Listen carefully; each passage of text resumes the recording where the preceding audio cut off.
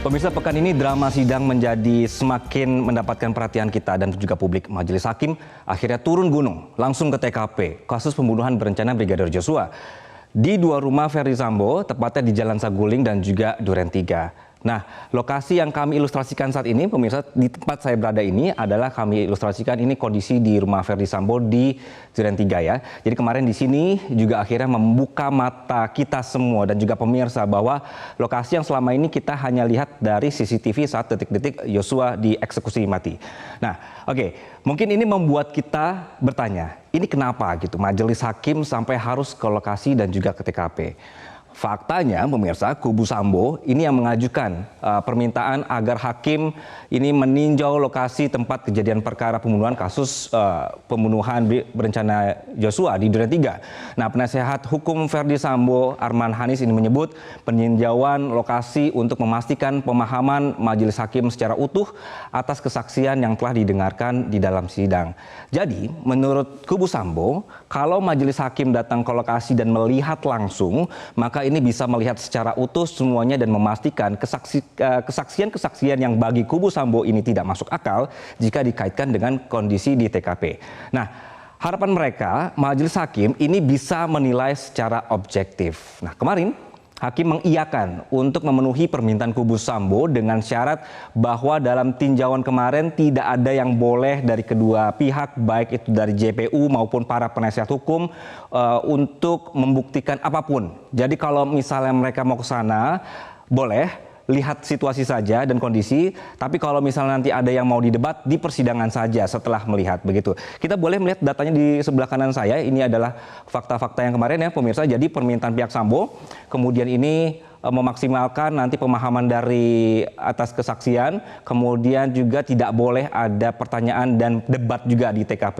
Ini yang dihasilkan kemarin syaratnya. Kita bergeser ke info selanjutnya. Dalam kunjungan majelis hakim ke lokasi, para terdakwa tidak dilibatkan pemirsa. Jadi Richard Eliezer, Ricky Rizal, kemudian juga Kuat Ma'ruf, PC dan Ferdy Sambo tidak hadir. Yang boleh hadir hanya kuasa hukum mereka dan juga JPU. Nah, pengacara Eliezer Ronita Lampesi menyebut saat di Saguling mereka menemukan beberapa konfirmasi yang menarik. Misalnya di lantai 2 pemirsa, ruangan rapat di mana Eliezer dijanjikan uang dan handphone ini ternyata konfirmasi positif sudah ada atau ada begitu ya. Kita bisa melihat data di sebelah kanan saya ini. Lantai 3 juga di mana Eliezer menerima perintah dan diserahkan kotak peluru. Ruangannya juga confirm ada.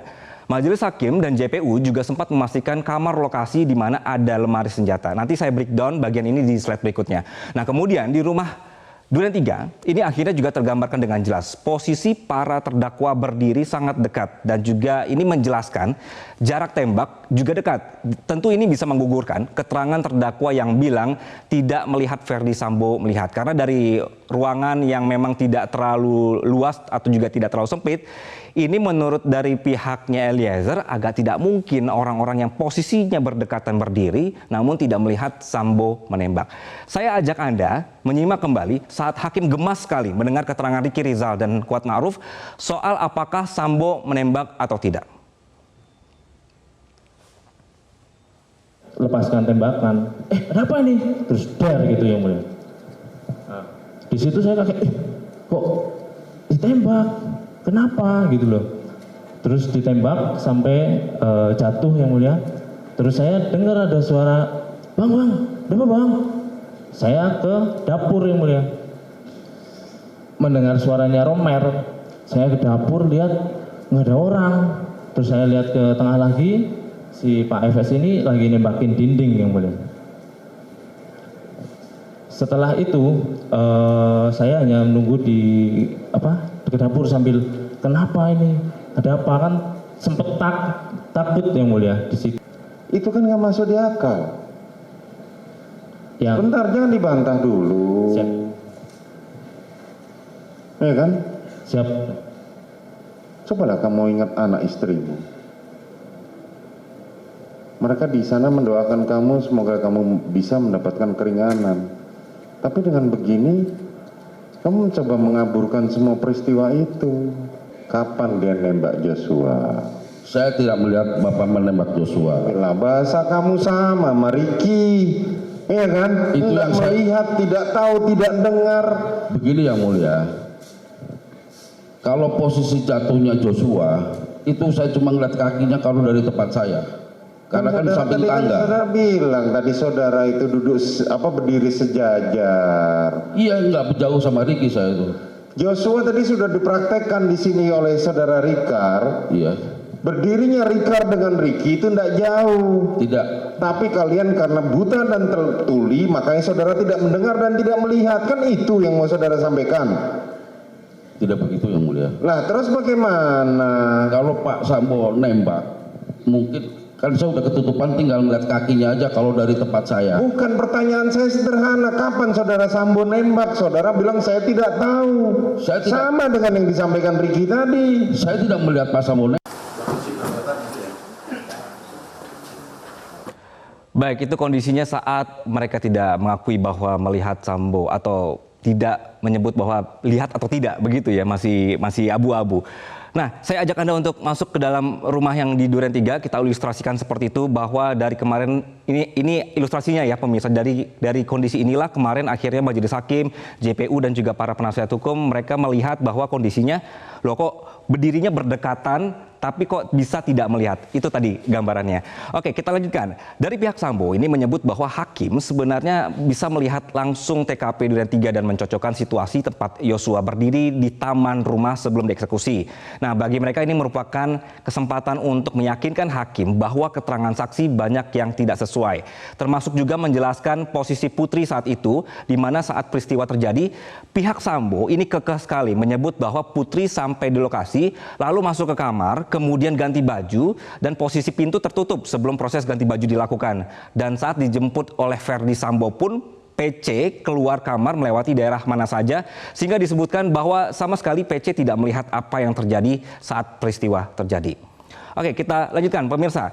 Di fakta selanjutnya bahwa pengacara Barada Eliezer, Roni Talapesi, mengungkap dari kunjungan kemarin ada kamera CCTV di lantai 2 dan 3 di rumah Saguling. Ini yang juga pihak Eliezer selalu menyoroti, ini kemana gitu ya rekamannya dari lantai 2 dan 3. Karena setelah dicek langsung oleh Majelis Hakim kemarin di lokasi, ternyata CCTV-nya ada, tapi rekamannya itu dia, tidak tahu.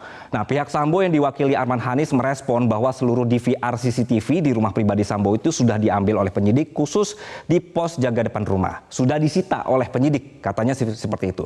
Nah, apa yang ditemukan dalam kunjungan kemarin juga dalam kacamata masing-masing kuasa hukum, kita akan coba jabarkan di sini bahwa ini data di sebelah kanan saya pemirsa, pengacara Barada Eliezer, Roni Talapesi mengklaim lemari senjata di rumah pribadi Verdi Sambo di Saguling sekarang kondisinya sudah tidak ada, hilang. Lemari senjata ini dalam sidang disebutkan sempat membuat Eliezer kaget. Eliezer sempat mengungkap terdapat sebuah lemari untuk menyimpan data di dalam kamar pribadi di rumah Saguling. Eliezer menyampaikan informasi ini saat memberikan keterangan dalam sidang terdakwa Ricky Rizal dan Kuat Ma'ruf di tanggal 30 November lalu. Richard cerita bahwa dia tidak tahu ada lemari itu sampai akhirnya diajak PC untuk menyimpan senapan Steyr yang sempat dibawa Yosua saat mengawal Putri di rumah Verdi Sambo di Magelang. Kalau dari sisi kuasa hukum Ricky Rizal, Erman Umar dalam kunjungan kemarin menyebut tidak ada fakta baru kalau dari kacamata dia. Jadi timnya beranggapan bahwa tim penasihat hukum Ricky Rizal sudah punya kesimpulan bahwa Ricky Rizal sulit untuk disalahkan sebagai turut dalam dakwaan pasal 340. Jadi peninjauan kemarin menurut mereka cuma untuk hakim dan bagi mereka itu tidak ada pengaruhnya sama sekali. Begitu, itu adalah rangkuman kemarin ya pemirsa ketika Majelis Hakim itu mendatangi lokasi. Nah, seperlu apakah atau seurgensi apakah sehingga Majelis Hakim harus ke lokasi pembunuhan Brigadir Yosua? Apakah masih ada keraguan terhadap bukti-bukti yang dihadirkan dalam persidangan? Kami akan membahasnya dengan mantan Hakim Agung Gayus Lumbun yang sudah bergabung siang hari ini melalui sambungan Zoom. Bang Gayus, selamat siang. Terima kasih sudah hadir di Metro Siang, Bang. Selamat siang, Mas Anggi. Baik, salam sehat ya Bang. Bang, apakah ini sebenarnya hal umum yang dilakukan hakim untuk melihat langsung ke TKP? Jika melihat dari pernyataan kuasa hukum, bukankah ini dari permintaan kubu Sambo sendiri sebenarnya yang mau ke sana ya Bang ya? Ya, ini satu kesepakatan antara hakim, penasihat hukum Sambo bersama dengan JPU.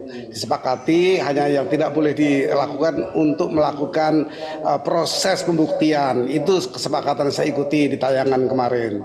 Kemudian ini penting bagi saya, walaupun sudah rekonstruksi di tempat yang sama dan dimuat pada dakwaan, tetapi hakim tentu akan lebih dikuatkan apabila datang sendiri, karena lokus delikti atau TKP itu memang merupakan sentral dari pergerakan proses penegakan hukum pidana dalam keadaan pembuktian di pengadilan, sehingga tempatnya di sini memang tidak ada pembuktian, tetapi hakim akan meyakini lebih kuat lagi apa yang telah dilakukan di pengadilan terhadap ruangan, misalnya luas, kemudian kedekatan orang dalam berdiri bersama-sama atau berada bersama-sama, itu akan lebih meyakinkan hakim. Ini penting bagi saya, walaupun agak jarang dilakukan pada persidangan pidana. Baik.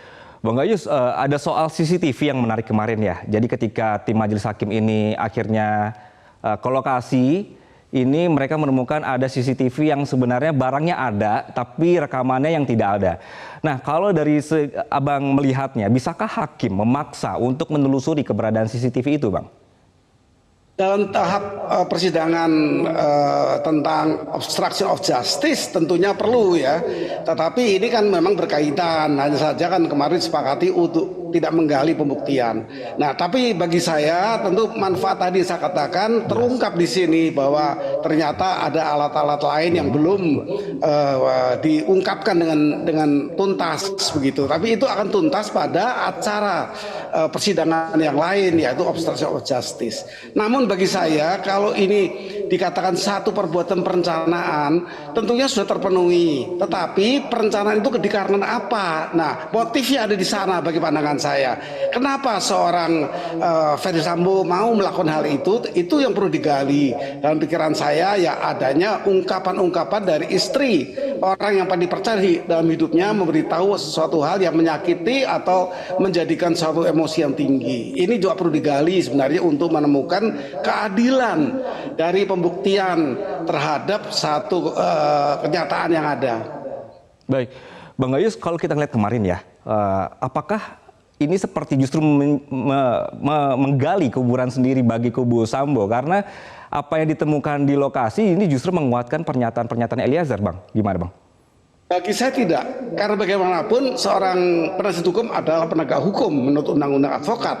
Jadi tentunya dia secara fair atau fairness, dia mengungkap perlunya hal-hal yang baginya juga perlu dalam pledoi nanti secara fairness ya. Jadi bagi saya ini nanti yang diuntungkan adalah keadilan itu sendiri. Keadilan yang bersama-sama terungkap secara transparan. Kalau memang itu terbukti seperti itu, ya itu satu konsekuensi keadilan itu. Jadi bagi saya simpati dan hormat kepada penasihat hukum Ferdy Sambo karena meminta hal yang bisa berspekulasi untuk merugikan pihaknya, tetapi itu kenyataan atau itu fakta atau itu keadilan. Baik, Bang Gayus, terima kasih atas waktunya di siang hari di Metro Siang. Salam sehat, Bang. Dan demikian pemirsa, jadi kita akan melihat perkembangan lagi kasus hari ini. Tadi Anda sudah menyaksikan persidangan terdakwanya Eliezer, kita akan melihat perkembangan kasus ini. Dan pastinya Anda harus tetap di Metro TV. Saya kembalikan ke rekan saya Reza. Reza, silakan. Terima kasih Anggi Hasibuan atas pemaparan komprehensifnya.